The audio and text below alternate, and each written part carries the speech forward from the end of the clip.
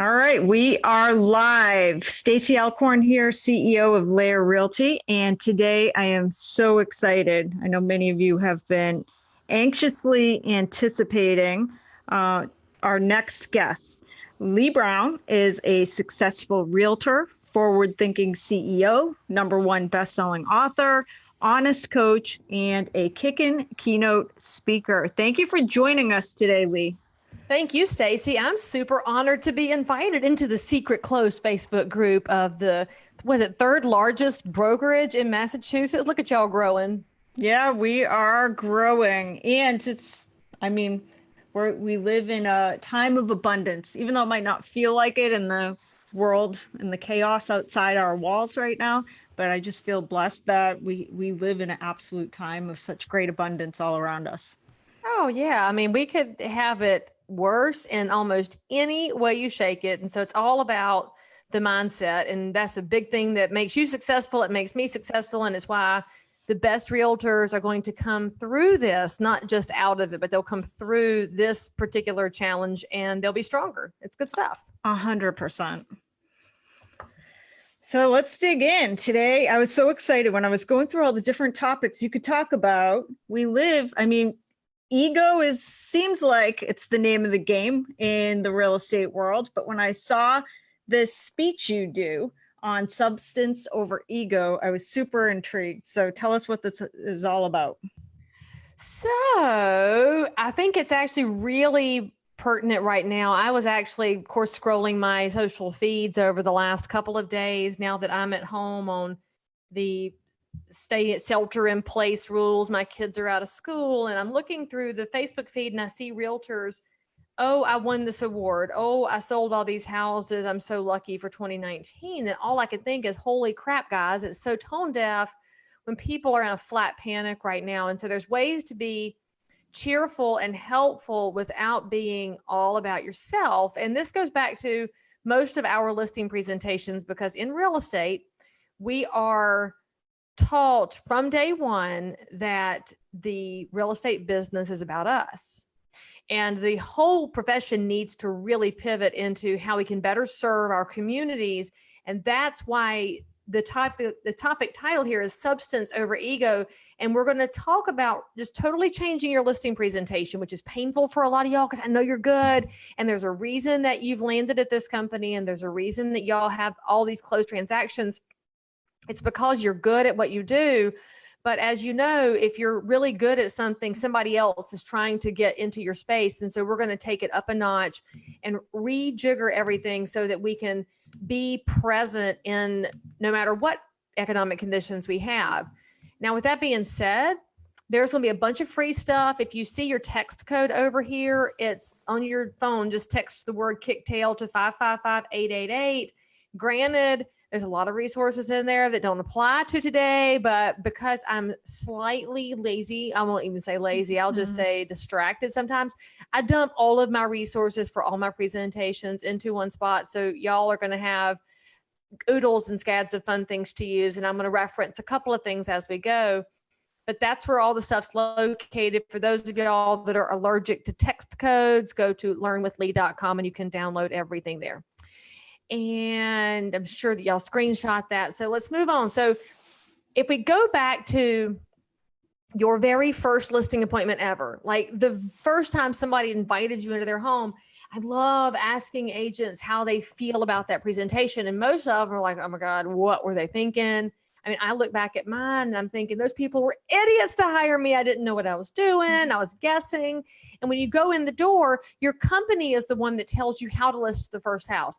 And with most realtors, when you come into the game, you're given 2 weeks worth of training and it's a 3-ring binder with some laminated pages. And now that 3-ring binder and laminated pages is online in the form of some quick knock it out training service. And basically we've told new realtors, go to somebody's house and figure it out. And if you have questions, call us back.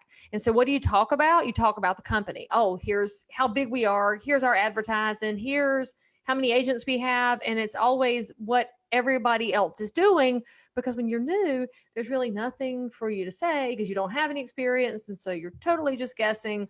And then we get into some really bad habits with that of just talking about really surface level stuff.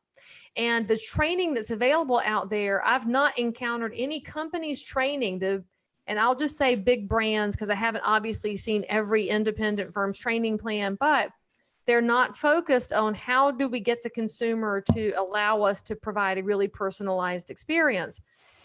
And you'll figure this out because if you start doing what I do and you investigate everybody else's training, because it's not hard, by the way, you have a really, really amazing, trusted past client or best friend who's willing to be your secret shopper. I used to be in the restaurant business, which is why I'm a little sensitive right now to what's happening with our coronavirus situation, because that's how I lived for a lot of years. It's how I paid for school. It's what I did after school because I couldn't figure out what to do. And I lived off of tips. And when you're living off of tips, you know that secret shoppers come into your restaurant and you know who they are because they order a specific set of menu items. And the way that they experience those items and your service and the environment all tell you something about the business model that you've encountered. So your best friend, your best past client could be calling your top competitor and inviting them to their home to do a free CMA and then giving you all the information. And for those of y'all that think it's icky that I would do that, it's not. This is called market research. Mm-hmm. And I'm not looking to tear them apart. I'm looking to find out what they're doing so that I can provide a better experience to the consumer. And you need to be thinking about things differently. Often we in real estate say, oh, that's a violation of this, violation of that. No, it is if I'm looking to undermine them. I'm not trying to undermine anyone. I want to take my game up a notch because I want the consumer to believe differently about realtors. And we just haven't done a great job of letting the public know that what we do is about them, because almost everything that we post and we say and we market says that real estate's about us. And I think most of y'all already operate your business in a way that's not about you, and that's what makes you successful. But we got to figure out how to get that messaging consolidated so that the consumer understands what you're doing, why you're successful, and what you can bring to their needs. So the first thing that I do that changes the game, this is one of the downloads on that text that you've submitted. I can't stress enough how important this is. I'm sure that some of you have one. I got this from David and Judy Crockett in Mentor, Ohio, almost 20 years ago. I've been in the business 20 years, and I got this very early in and learned quickly how to be consistent.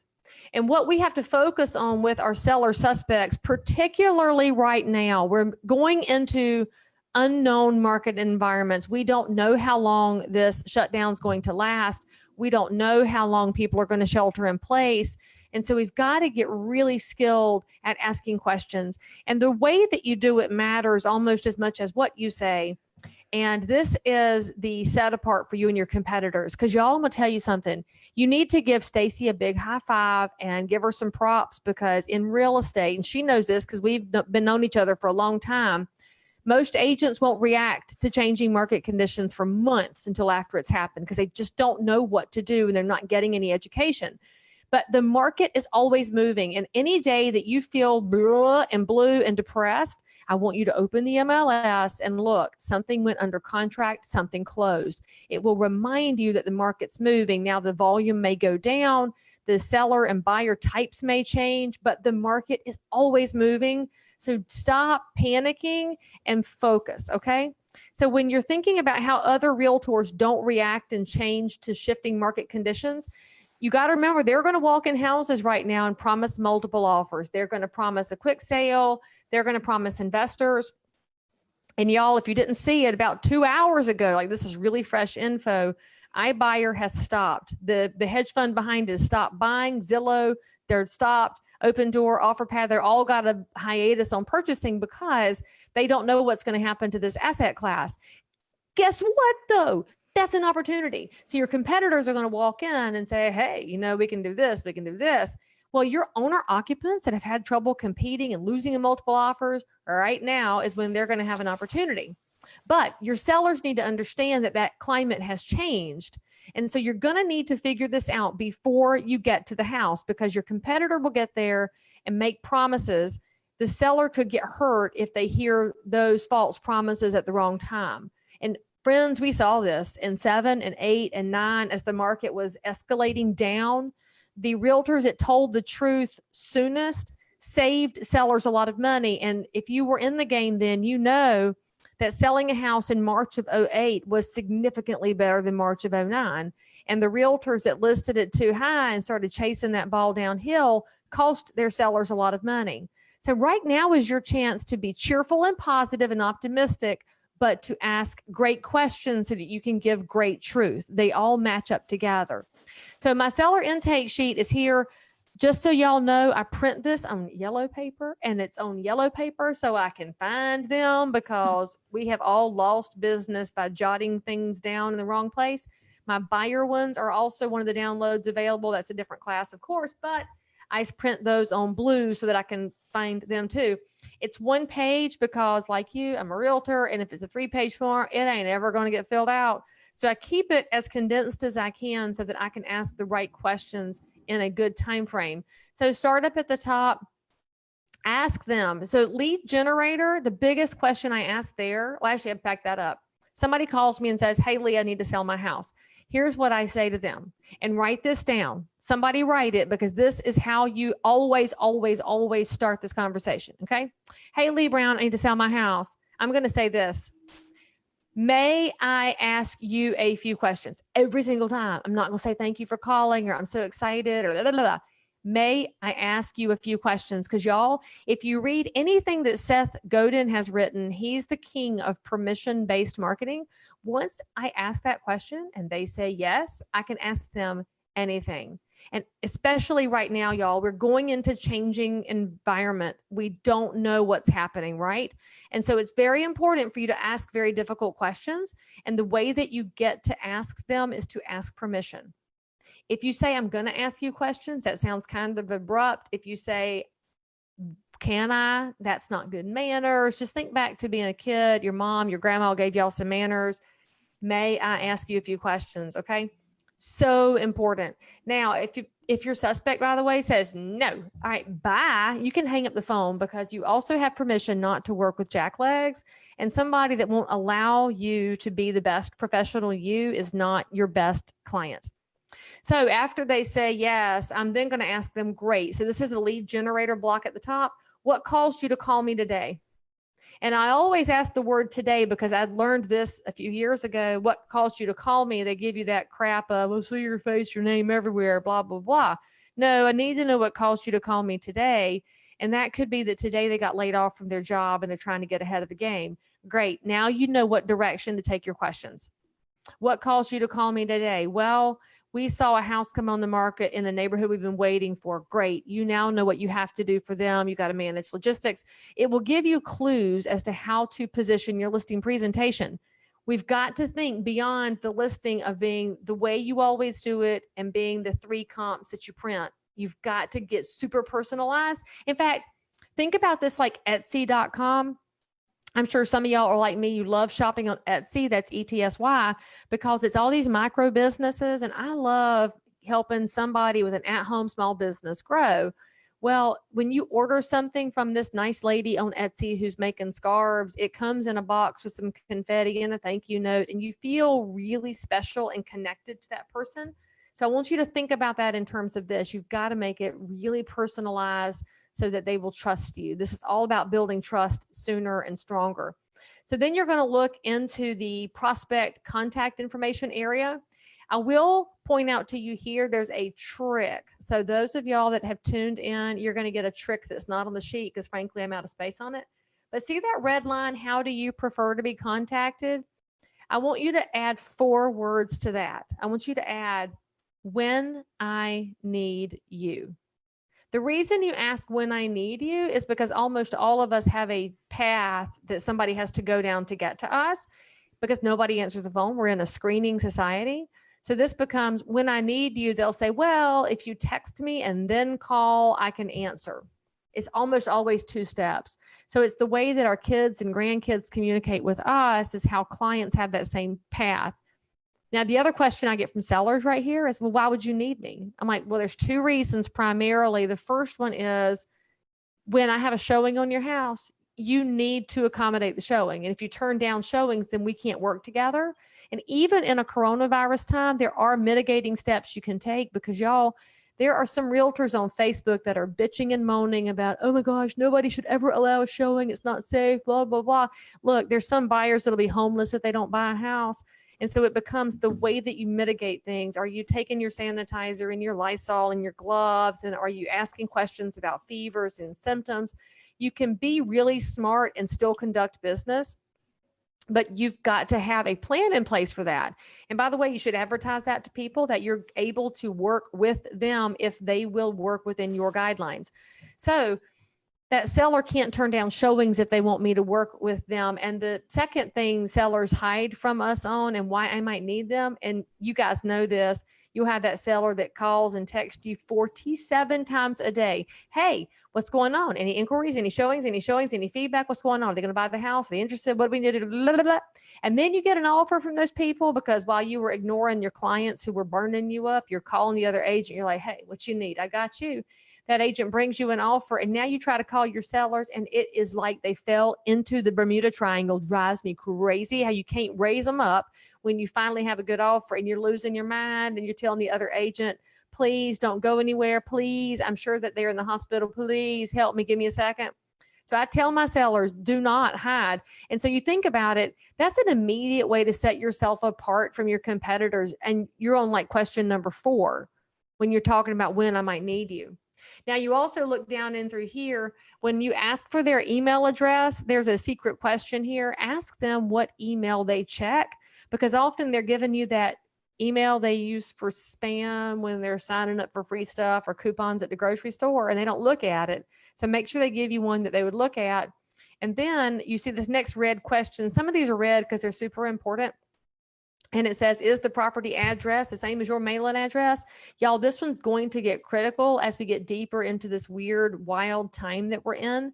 That question uncovers for me if I have a divorce or a pending divorce, because divorces do go up during times of trouble because it increases financial trouble, and that's what causes most divorces. You need to know that sooner so you can find out if you're dealing with attorneys and mediators and numbers. The other thing it trips up for me are investment properties, or my favorite, which is the accidental landlord who moved, the house had not sold, they rented it out to cover the nut, and they don't really want to be investors. And so you need to know that, again, so you can personalize the experience. And then we have some more questions. How long have you owned it? Why are you selling? Where are you going? When you need to be there? And by the way, when I ask them where they're going, I always ask them this question here. Do you need me to find you somebody that knows what the hell they're doing where you're moving? And yes, I do ask it that way. And frankly, y'all are from Massachusetts. Y'all can ask it even better than I can. But I ask that because I need to know if they want a referral. And I ask it that way because it's easy to find a realtor. It's not so easy to find one that knows what they're doing. And so be that resource, because as we get into changing climates, it's more important than ever that you have a mastermind of agents across the country who can provide the same level of personalized service that you provide. Because of the 1.4 million realtors, I know it's shocking, they're not created equal. And then we're going to ask a bunch of other questions about the house. And then we're going to scoot down to the other red question, which is super duper important. And you guys are not going to want to ask it. So I'm going to warn you in advance. You're going to have to get over your own fear. And it's this question. What are the 3 things you're looking for in the realtor you hire? And they won't know what to say. So you have to practice that old skill of shutting up, which is really hard for realtors, because they're going to say, nobody's asked me that. And I say, that's all right, I'll wait. And don't fill the blank in. But this is what they'll tell you. And I'm going to show y'all the research that I've done because it's fascinating. By the way, the reason y'all don't want to ask it, you're afraid they're going to ask you for a break on what you charge. But let me remind you that when a consumer calls you about selling their home, they expect to pay you. What they're looking for is the value that you provide. And you start showing value and asking the right questions. And I will tell y'all, nobody asks me to cut my commission anymore. They haven't asked me in a long time. I think they're scared, and you totally want that reputation. So here's what they told me last year. And I track all of this on a Google Doc. I'm a big nerd. Every time I get a response, it tracks into the sheet. And the top 10 are very interesting, but I want y'all just to look at the top couple. And I do feel like this is going to change in 2020 because now we're experiencing a new market. the number one thing they wanted was marketing. If they say they want marketing, your question is, what does marketing mean to you? Because different generations have different expectations. They're going to ask you, they want for great communication. And your next question is, what does great communication mean to you? They want to sell for top dollar. Your question is, what does top dollar mean to you? And so I want you to know here, looking at this top 10, never make an assumption about what they are asking for, because as realtors, our ego gets in the way just in this point here. We think we know everything they're going to say. We don't, because every seller's different. Every house is different. Situations are different. So always ask, tell me what X means to you. The one that breaks my heart here, y'all, is number 7. Sellers want honesty from you. They really want honesty, and they know when we're lying because they've watched HGTV. So if they already knew the house had to be neutral with a pop of color in one plant, then don't lie to them and tell them that their Wedgwood blue and rose wallpaper with bright green carpet is good, because it ain't. So tell the truth. And when you're starting to think about this, all of these add up to how you take control of the listing appointment. For too often, we go to the appointment and let the seller be in control, and we let them drive the pricing conversation because we're so desperate for a listing. We've let them take charge, and that's how you get overpriced listings. That's how you get under-conditioned listings. And y'all, right now, when somebody calls you, they're probably a little panicked. They don't know what's going on. Your job is to say, this is the situation. Here's how I can help. Because I want to tell you something as we dig into the next section here. Now is the best time ever to build your real estate business, because now is when you demonstrate what a professional realtor does and why they called you. They don't go to websites and apps when they are under duress. They come to a neighbor. So now is your time. So you've got to be professional. You've got to be positive, because there's always positives in the market. And I don't mean fluffy and lying. I mean, just be positive and cheerful and be available with answers, because the sellers want it from you. They need it, and they actually crave it because they don't know what they're doing. Okay, y'all? They sell 4 to 5 houses in a lifetime. Unless they're savvy investors, that's a different cluster altogether. You sell every day, and that's why they're calling you. Now is when we beat the websites and apps back, and I'm so excited about that. And the way that we win, we get them, is with data and knowledge. Okay, now let's dig in. When you get to the house, you know you're going to be confronted with all of these things. You're going to be confronted with the boob lights. And if y'all don't call them boob lights, you're crazy, because you know they sell them 2 in the box. And when you go to Lowe's or Home Depot next time, y'all are going to die in the lighting aisle. But that seller will say, I've replaced my lights, and act like it's some big deal. And you're like, look, they're $6 for the pair. And they expect you to say, oh, yes. Then they show you the extra shelving in the closets, and you say, oh, my. They show you the pull down stairs to the attic if it's a newer home, or they show you the walk up to the attic with the 4-foot ceilings, and you say, oh, wow. And then your old people will show you phone and cable outlets in every room. And linen closets are my favorites, because y'all know every listing you ever went to, the seller's like, look at my linen closet. And it's never, ever changed the value of a home. But when you're looking at all of these things, your ego starts to take over, and you start telling people, oh, yes, woo, yes. And you start sucking up, and your sucking up is trying to show that you're an expert. The problem is, y'all, you know that when you suck up over these items, which sellers almost always show you, they have no monetary value. So you get to the table to talk money, and you're now having to rebuild some trust because you sucked up over items that didn't have value. Now you got to back it down and say, here's the scenario. So my challenge for you here is, when you're getting to this house, we walk in the door, they want to tour you. I want you to ask them this question. Again, tough question to ask, very important. Do y'all want the dog and pony show, or do you want the numbers? Because y'all, unless it's a widely custom property, some cool historic house, something really actually different, y'all know that you know the price when you got there. I mean, you're in a range already. You know the neighborhoods, you know the houses, and you can walk in the door and gauge by the scent and the cleanliness, you know what it's worth, right? And so you're going to spend that hour on sucking up through the house, or you're going to go sit down at the table. And I'll tell you that almost all of my sellers are like, I just want the numbers. They don't want your dog and pony show. Give them some control in the process, because when you're thinking about this, if you take your ego out of the way, and let the consumer have a little control, and they want to take you to the kitchen table, oh my gosh, your life is so easy, because now you're going to get to dig into why they called you in the first place. And that's the data. So I want you to start with this in your listing presentation. This is page 1 in mine. And by the way, mine is all on iPad and laptop because I do not leave things behind. And I show them this first. Y'all, if you did not know that Realtor Code of Ethics, that training that we have to do every few years, and y'all hate it because it's so dry and boring most of the time, is the best resource ever for not overpricing a house. And so I show this slide and I tell the seller, like, look, I need you to understand something. I'm a realtor. I'm not a real estate licensee. And realtors are not just members of an association. We are bound by the code of ethics. Now, there are some members who are subscribing to it, okay? But I am bound by it. I live it, or eat it, sleep it, breathe it. If I break it, I could lose my job and my license, and my children will starve. And so I am just not interested in harming my community. And here's why I could get in trouble. People overprice houses. Some of them do it on purpose. I don't want to be that person. So I want you to look at standard of practice 1.3, my seller suspect. Realtors, in attempting to secure a listing, shall not deliberately mislead the owner as to market value. That means, my seller friend, when we go through the numbers, I'm going to show you a range. We can ballpark it. When we're in changing market conditions, it may go up, it may go down, because markets are fluid, but I can't deliberately mislead you. So I'm not going to lie to you. Y'all, what happens here is that now you've set the stage to be the most honest realtor possible, to show them the comps and stand by it and not get swayed. If the house is a perfect 10, you came in and fell in love. And we all know how that happens. You're like, we can squeeze the comps because this house is better.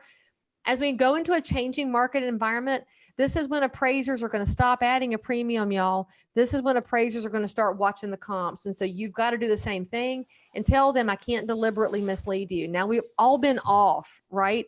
And there is a house that demands a premium. That's not deliberately misleading. That's a little bit of guesswork, but we all know the difference between asking $400 for a 300 house and asking $315 for a 300 house.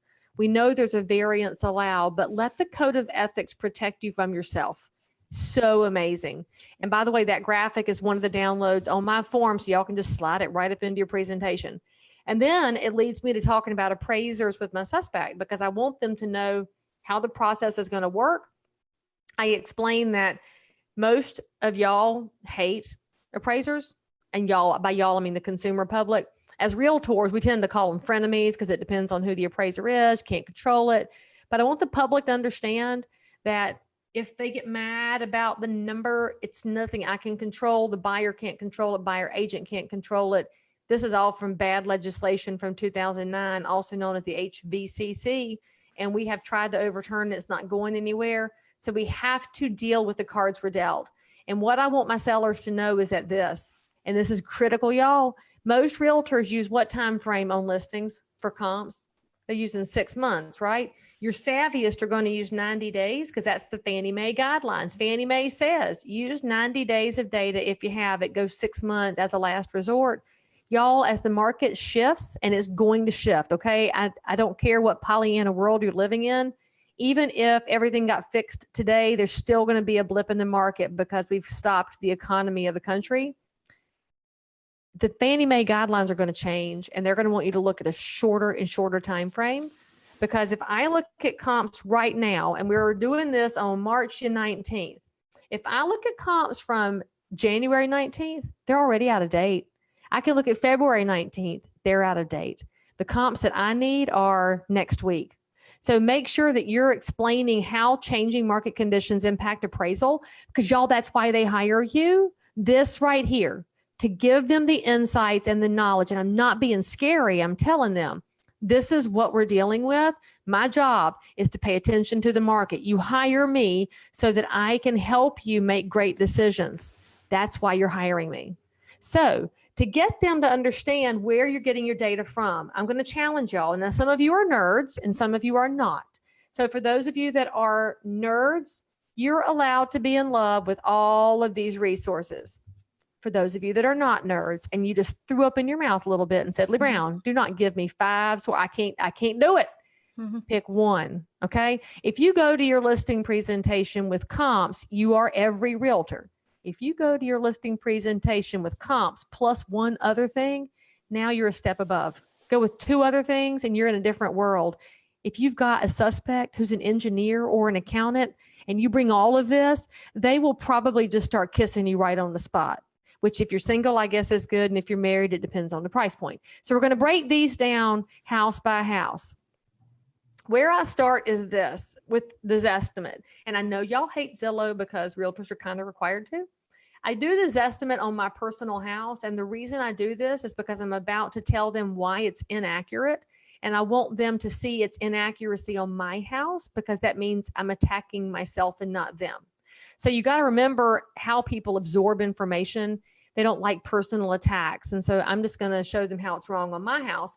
And this is my house. And according to Zillow, it's 4-bedroom, 2.5 bath, which is not true. I have 3.5 bath, and that's worth money. But Zillow is based on other websites. They haven't seen it. They're not a realtor. So I can forgive them for being wrong because they're just a computer, right?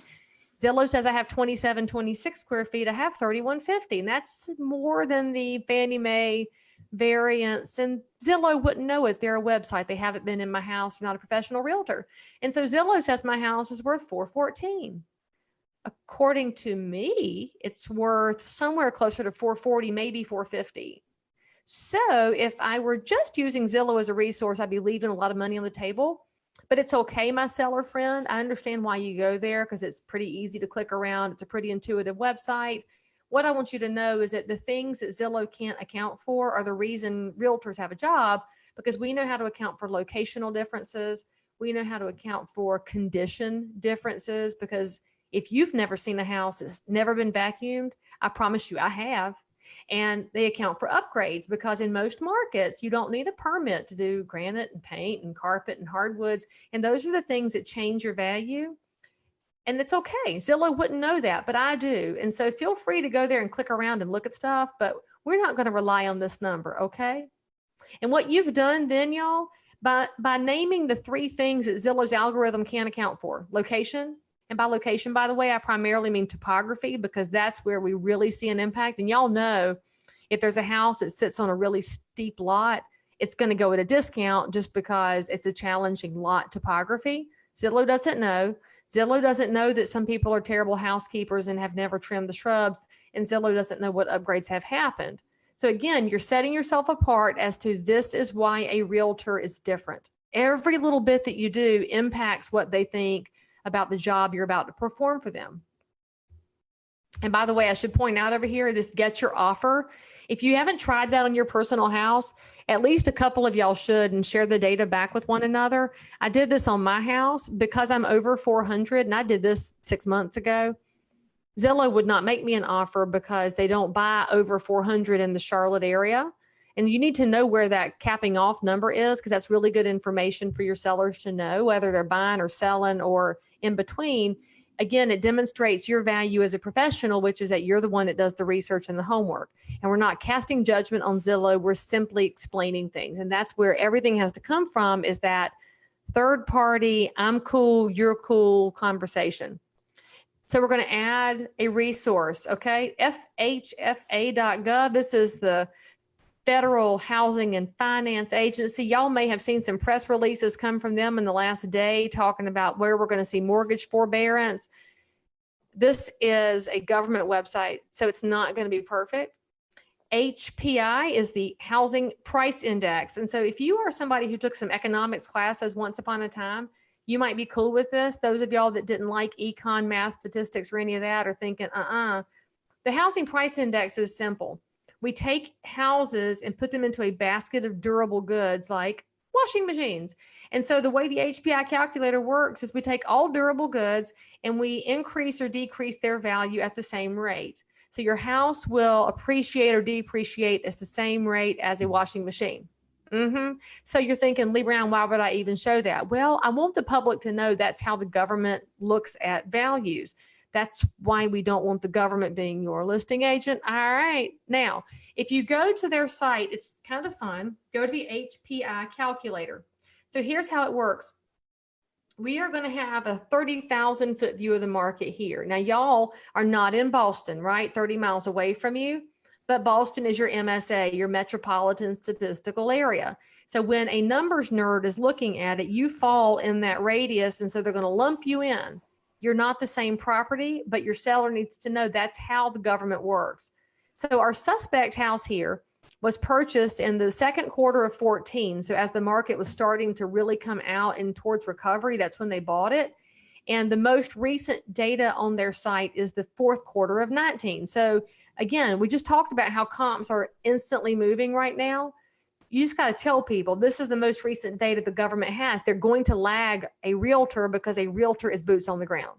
So that's why you're going to call me. If you have questions, you see something on a website, just call me. You see an article in the paper, just call me. And I will tell you if it's something for you to worry about or not. That's how you build this long term, y'all. Tell people, just call me. I will tell you if it's something to worry about or not. That's what I tell my clients. They will call me all the time and say, should I worry? And I say, I told you that I would tell you if it was time to panic. It is not time to panic. So stop it. Turn off the news, turn off the news, turn off the news. So our suspect here bought their house for $750 as the market was coming out. I like to use a price range. I don't get to work, just full disclosure. My average is $286. And so I'm just very hopeful here that one day I'll have $750 as a purchase price. So if we look at what happened since they bought it, this, y'all, you need to show people this every single appointment you go on from now until forever. When y'all bought it, it was here, and then prices went down, and then they went up, and then they went down, up, down, sideways, up, down, and up. And the reason I do that, and I go the up, down, I'm trying to drive into their brains that pricing is fluid. That's the phrase I need y'all to take away from this into every conversation you have from now until you're dead. Pricing is fluid, because if you had called me to sell your house at different points on this graph, you would get a different number. And guys, you have to understand that the appointments that you went on 30 days ago, the number is likely different today than it was 30 days ago because market volume has shifted. And if they get mad at you, then you got to say to them, look, if I controlled it, I would not pick this kind of market. Let's be fair. Do not own an interesting market. I won't call it a bad market because we don't have any idea what's going to happen, but just make sure that you're telling them, if I could control things, I don't pick this. Okay. Now I will say, I'll be glad if multiple offers ends because of this, because I hate multiple offers. That's just me. So that house that these imaginary people paid $750 for 6 years ago, now worth $990. So I'll tell you a little secret here. If I'm presenting this, and I build my slides like this, if they paid $750 and it's worth $850, I don't show the estimated value. I just show the chart. And if it's worth 1.5, I go ahead and show it. And so you're not pricing the house with this, but I don't want them falling in love with a number they can't have. So just be smart about that. Now, some of y'all were around during the downturn. You remember realtytrack.com, and RealtyTrack is what we look at to see where there's what I call soft underbelly activity. So the soft underbelly of the market is pre-foreclosures, bank-owned auctions. Y'all, what we're about to see here is a big shift in the market because the banks have been sitting on assets. I do believe they're going to start cutting some of them loose as their balance sheets move. So you need to be making contact with asset managers if you knew them last time, or your local bank if you have one. But I always show this to sellers and say, look, here we are, and there's an auction property up here for $777, but here's one down here for $212. You know, people are going to have to rent even if the market changes. And so if you've ever thought about investment properties, now's the time. But overall, we have the most foreclosure traffic in Collinsville, but it's still not the kind that drives prices down. But my job as your realtor is to watch this. If I see things really start to escalate, we're going to have a talk. I don't want to panic you. I want you to be aware. All right, there's your language. I don't want to panic you. I want you to be aware. And y'all, you got to start watching this. Just be aware of what's happening out there so that you can be the voice of reason. And by the way, I don't pay for RealtyTrack. This is what I get from the free subscription. I can see the maps. I can't see all the information, but I don't need it. And I get what I need, which is a map and some colored flags. And I will point out to you here, as foreclosures and short sales re-enter the market, be the person that shares information. This was the information that showed up in Realtor Magazine yesterday. I went ahead and tweeted it, And then after I tweeted it, we took the article and we wrote some personal notes, printed copies, and we're mailing this to people who own their homes that we know are self-employed or independent contractors, just to give people some ideas of what's out there. I've shared this across my networks. Be the person who shares information and just says, let me know if I can help. I'm here doing my research. Let me know if I can help. You don't want to be a fear monger, but you want to be available. Y'all, there's a lot of realtors that do not know how to do this. They're only Pollyanna, sunshine, rainbows, and lollipops. You can't be that right now. Now you have to be all of these things. And by the way, it's why I'm starting my day every day with a little dad joke that was my lunchbox jokes for my kids, but of course they're at home with me. So I'm starting every day with that because people do need to feel light about it, but I'm not going to be lighthearted about the impact of real estate. So make some good choices, but be their person all the time. Now, you already have RPR. I hope y'all are using it. It's an amazing tool. And Stacy, there are free webinars and they'll do a training for y'all. If anybody wants that, y'all should let Stacy know. And I love the training staff there, the Realtors Property Resource. It's included in your dues as a member of the National Association. I love it. And you'll see actually on my personal house, they're closer than Zillow was, but still a little bit less than market. At least I hope it's less than market. I'll find out at some point. But you let them know that the data is never perfect because as realtors, pricing is fluid. And we all know that every house prices in a range based on buyer needs and seller desires and changing markets. So just show them this report. The thing I love about it is what I'm going to love extra next year. The demographic data in RPR is built off of the US Census. So being public data, you can share it. Buyers love this because they can see who lives in a neighborhood, what kind of college degrees they have, and so forth and so on. When you can't do that anymore, y'all be super careful of fair housing because realtors are being shopped at a higher rate because of what got shaken out in Long Island. Just make sure that if somebody says who lives here, you hand them your iPad and say, look at RPR. Do not count trampolines. Do not count bicycles because that counts as a fair housing violation. And same thing with your sellers. If they want to sell it to a particular person, I always tell my sellers, I'm like, the only color I care about is green. And so we make sure they understand that. But think about where your resources are good. And by the way, the reason I say next year is going to be great is because the census is happening right now. And if y'all need something to do on the side to stay busy, the US Census is still hiring. And frankly, realtors are cut out for that because you can go do some visitation and door knocking. You just don't hug people right now. You'd be all right. Now, this resource does cost me some money. That's why there's dollar signs on the screen. This is my single favorite tool besides the MLS. Of all the ones I've shown you, this one I love the most.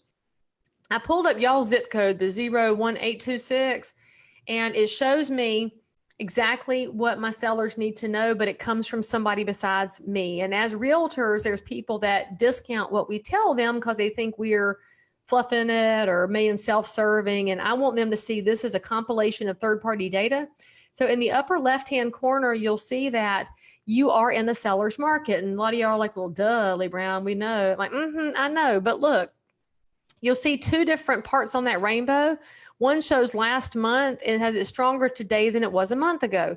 Just remember, it's all about to change. And so I love this report in a time like this because it updates every 7 days. So I'm going to have a great way to show people the moving target we're dealing with. Because one thing y'all have to get used to asking your sellers is this question right here. Write this one down, record this one. Every seller you currently have and every seller suspect you're talking to. What happens to you if this house doesn't sell? And then shut up. And y'all, there's going to be people that will tell you, no, it has to go. And you're like, yeah, but what happens if it doesn't? What if the market shuts down? No, it has to go. You're like, all right, look, then we better price it correctly now. And if they say, well, we don't have to sell, we're waiting for one buyer, we're testing the market, we just want to see the, don't list that one right now. Of all times, do not list the unsure seller because it's a waste of your time and money because market conditions are shifting right now. So you'll see over here that your sellers can watch that trend, and every 7 days it will send this report to them. And it does cost you some money. Do not ask Stacy to buy this for the firm. And here's why. There's a contact manager built into it. So when I have a seller lead that comes in, What I do is add them to my contact list for their zip code. Altos goes ahead and sends them their zip code. I get a call back that says, well, I got this report. I don't know how to read it. And I say, well, my grandma said, why buy the cow if you get the milk for free? And they say, huh? And I say, I will explain it to you on our in-person appointment. It's too much to explain over the phone, and thus helping me get in the door, because like many of y'all, if I can get in the door, I got them. So give yourself a little bit of a reason for them to need you. And then I tell them you're going to get it every 7 days. In fact, you get it at the same moment that I do. And that way they know I'll be transparent with data, and I'm not over here playing games. I want them to be educated, and I want to help them. In the real-time market profile, that's going to be your current competition, so your actives. And y'all can see that prices have been spiking if you look at the end of that little graph, but per square is falling. Days on market has gone down a little bit. You've got more people decreasing their price. Now look at how your trends are shifting around, y'all. You've got prices up, but decreases also going up. Per square is coming down. That means you've got some sellers in the market that are pretty savvy, and they're starting to see that this is going to be an interesting time. So in the last 7 days, they've made some adjustments. Pay attention to that. I already told y'all your competitors are going to be slow to react. The faster y'all are to educate and react, the more helpful you'll be to your sellers. This is all about what matters to them, y'all. And I'm promising you, as a survivor of the last recession, my business went up every single year of the last recession because I used this technique, finding out, asking good questions, saying yes to some listings and no to others, but overall figuring out how to help. You can do this. You can survive this market and you can thrive in it, but we're not going to talk about surviving it. Let's talk about coming through it. Okay, that's our job. Now, look at this median list price. You'll see that in your zip code, median list prices have come down since March of 17. And some of y'all knew this. They were up, they came down, spiked a little bit in the summer of 18, went down and truckled along, went up in the fall of 19, and then went down again. So help them understand that when they look at this graph, it reminds them that markets are fluid. Now, my favorite part of this report is down at the bottom in market segments. We take your zip code and break it into 4 buckets. Each of the buckets has the same number of houses, and so that's how we determine this. So that imaginary 750 house I mentioned earlier, some of y'all are like, yeah, I wish, because that's the top of this price point. So if we have that house that's in the top 25%, look all the way over at DOM. 84 days on market. Now, those of us that were in the last recession are like, that's still really good. It is. So what I want you to do here, though, instead of asking your seller that time-old question of, so what time frame would you like your house to sell in, which is what most realtors do, I want you to say to your seller this: all right, looks like y'all's house falls at an average of 84 days on market. Are you cool with that? And then shut up. And if they say, wait, what do you mean 84 days? We thought it would sell in 5 minutes like they do on HGTV with 1,000 people through the open house and no contingencies and everybody's happy in 30 minutes. You're like, yeah, nah, that's California. Over here in Massachusetts, we're 84 days. Y'all cool with that? Oh, well, no, we're not. Okay, so what are y'all cool with? 30 days? All right, let's talk about how to make it happen. And so instead of you trying to fish the answer out of them, you're going to show them data and ask them how they feel about the data. Now, obviously, if you've got a $300,000 house, y'all can do the happy dance because you're like, look, that's an average of 10 days on market. Y'all cool with that? What? We have nowhere to go. That's when you can have the discussion about the domino effect. So everything that you're using for data should uncover more information about the seller, y'all. This has nothing to do with you and the number of houses you sold and your personal best. This has everything to do with, here's the number. How does it reflect to you? That's going to set you apart big, big time, any market condition, but particularly now. So I'm going to give you this form too. This came from the same people who I love so much, David and Judy Crockett in Mentor, Ohio. And this is exactly how I got it from them. I haven't changed the look of it. It looks basic because I have discovered that if I make it too pretty for my sellers, they doubt it. So I hand write in the data. This takes your MLS and makes it consumer friendly. So what you'll do is take the price range and area that you're studying. So let's say, for example, your target listing is $300,000. Y'all know that that buyer is going to search $250. If they can find something, they'd rather have that. They'll look at $350 just to see if it's worth squeezing for. So you're going to show them the range that most of your buyers play around in, and then tell them the geographic comparison areas, whether it's school zone or zip code or defined by interstates and commute times. And then we're going to break it down. And so once you have that, put that in your MLS, number one is your pendings, homes that are now under contract. Understand that this is going to move because we're going to see some fallouts as the market continues. Tell your sellers that it's not done until the check clears. That was a big lesson we learned during the last recession. We've got to know it right now, but show them how many are currently under contract and how long it took them to sell. Number two is your actives. They're your true competition. How many actives and how long have they been on market? Number three, oh, market rejected. They never sold. Oh, expired. Y'all, those are going to go up in the next couple of months. So make sure that if you have not updated your marketing materials for expireds and for sale by owners, now is the time, because people are going to be looking for a true professional, and that's you. That's not your competitors. And you'll see that number four is our solds. We also call those comps, but here we're going to call them historic indicators of perceived value. And y'all, the historic piece is going to get more and more important because everything we do is past history and it's becoming ancient history very quickly. So you'll just drop in what you pulled up in MLS. Suddenly you look like a daggone pro. And I want to point out to you on number four, the thing that we want to watch as the markets shift and change is the percentage of list price that people get, because sellers are going to start negotiating. Buyers are going to want to know how much they can beat them up.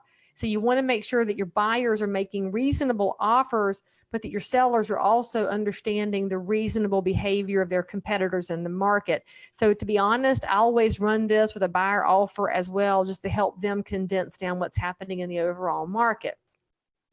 That being said, the last thing I've got to show y'all, and I know I'm going to run over by a minute, but hopefully y'all can be patient. And many of you, I'm sure, already use a seller net proceeds sheet. To me, this is one of the most critical things realtors need to provide, and many are chicken to provide it because they don't know math and don't like math.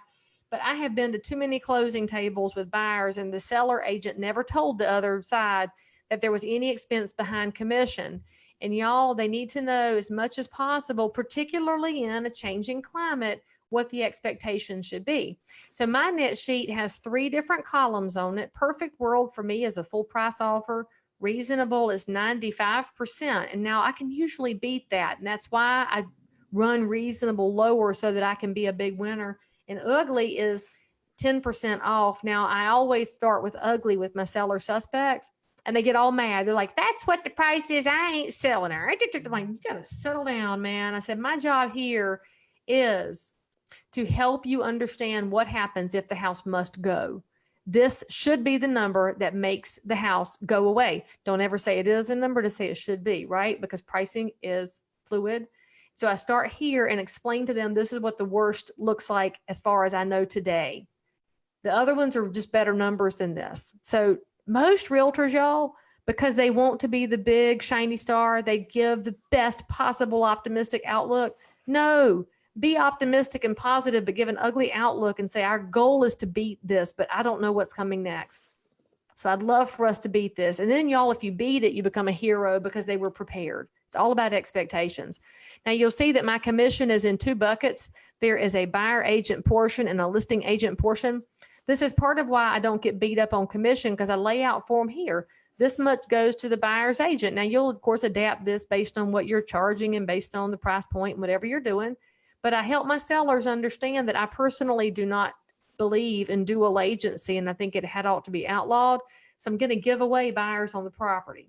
So I'm giving away half the commission. And that's the language I use. I'm giving it away, and they feel like I'm being benevolent, but I help them understand that means I can stand in the corner with them while the other agent is in the corner with the buyers, so that we are not trying to serve 2 masters.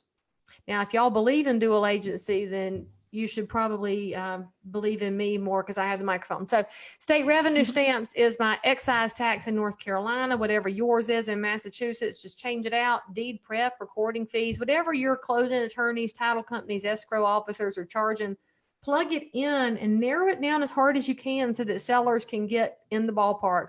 Property taxes, I ask them if they're escrowing and plug in a number there. Miscellaneous, this is what I call extortion fee. This is the nickeling and diming portion of the process where the seller is going to be pissed off that the buyer is asking for repairs. This ain't a new house. I know it's not a new house and you don't want to fix it, but look, we're going to have to do some things to make the buyer shut up and go away. And y'all, as we get into changing markets, your sellers can't be as difficult as they've been. They do not have a house dipped in gold, and buyers will walk over piddly repairs as they get nervous. So you've got to have your sellers budget some repair money here. My personal number is $1,000 for every decade old the house is, which gives me at least enough budget to have a conversation. Now, if I've been on that walkthrough and the house is a lot of deferred maintenance and it's an estate sale, something going on, I will change the number, but that's my in general number. I budget for a seller home warranty, and then I can plug in their payoff. So that is what we do there. I'm going to provide this, actually just going to provide it, just kidding. I put it on that download sheet so y'all can have it. I make them initial it, by the way, when I give it to them, because I want their proof that I went over it with them. I attach one of these to every single offer that comes in if I get multiple, so I can show that we talked over numbers on every offer and they initial it.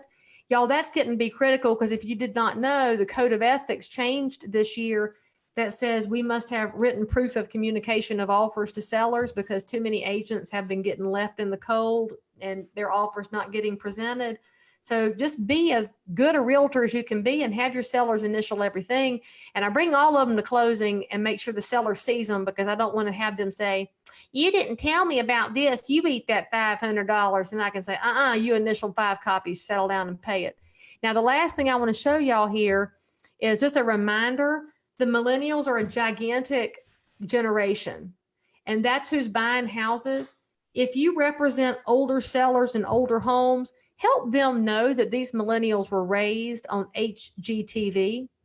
All they know is neutral with a pop of color in one plant. They do not understand allowances. They don't have the time or the energy for it. So just help them understand that that's part of the reason they're so demanding on condition.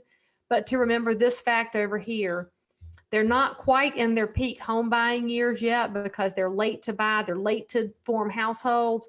But 93% of them want to own a house one day, y'all. 93%. Know something, though, about millennials. They'll probably still buy during this interesting economic time, because they look at real estate as a fantastic investment. 85% of millennials believe real estate to be a strong investment. And that's actually going to increase because the stock markets have been so volatile. You're going to see more people wanting investment properties. So talk about it. Tell millennials it's okay if you don't want a primary. I will help you get a rental house so that you can then take advantage of opportunities in the market. And then I put this in my presentation just to give them a visual of what millennials are accustomed to with the neutral, pop of color, one plant. And I actually ordered hard copies of these catalogs that I carry with me if I'm on a listing appointment with old people, so they can understand that this is why we do not do allowances, because nobody's got the patience for it. Now, I ran over by a few minutes, but I hope that each of you got something you can use. I hope you feel like you can survive and make it through. And I'm going to tell you, we need you to make it through, because the public needs great realtors right now. They need people who can guide them, give them great counsel, and be that professional in the marketplace. Because y'all, this is your chance to really take over market share, not because it's going to make you money, but because it's going to protect your communities and protect home ownership. Stacey, thank you so much for letting me come talk to your people today. I love you and what you do giving back. And so it's always an honor to work with one of the great girl bosses in the business. Mm-hmm. Thank you, Leigh. My mind is spinning. I took 3 pages of notes, especially I think where the market's changing. One of the big opportunities we do, we compete against Redfin in Boston. And all I could think of as I was watching this, like, who wouldn't list with Leigh Brown? When you come, like, a Redfin agent's not showing up with a package like that and a presentation like that. So they've stopped buying too. They're one of the ones that announced the stoppage of buying. So just remember that, y'all. Sometimes your competition's in your head. It's not in the real life. So tell people that, hey, I'm here, I'm available. Y'all want to talk? Let's talk. And just be that resource. And they need you right now. They need you. Awesome. Thanks everybody for joining us. Thank you so much, Leigh, for giving us so much time, so much awesome information. We really appreciate you. I appreciate y'all. If you have any follow-up questions, just send them over to Stacy. She'll forward them over, and I'm glad to help any way that I can. And if you guys want to leave me a nice review of this class on my website, I wouldn't say no to that, but it's got to be 5 stars. If it's less, it hurts my feelings. But mainly just take an idea, use it, and support each other. We have to help other realtors feel positive and supported so that we can do the work we need to do in our communities. Awesome stuff. Thank you, everybody. And stay tuned on our Facebook group as we have another great speaker this afternoon, as well as a full day tomorrow. So thanks, everyone. Have a great day. Thanks, Leigh. Bye. Bye.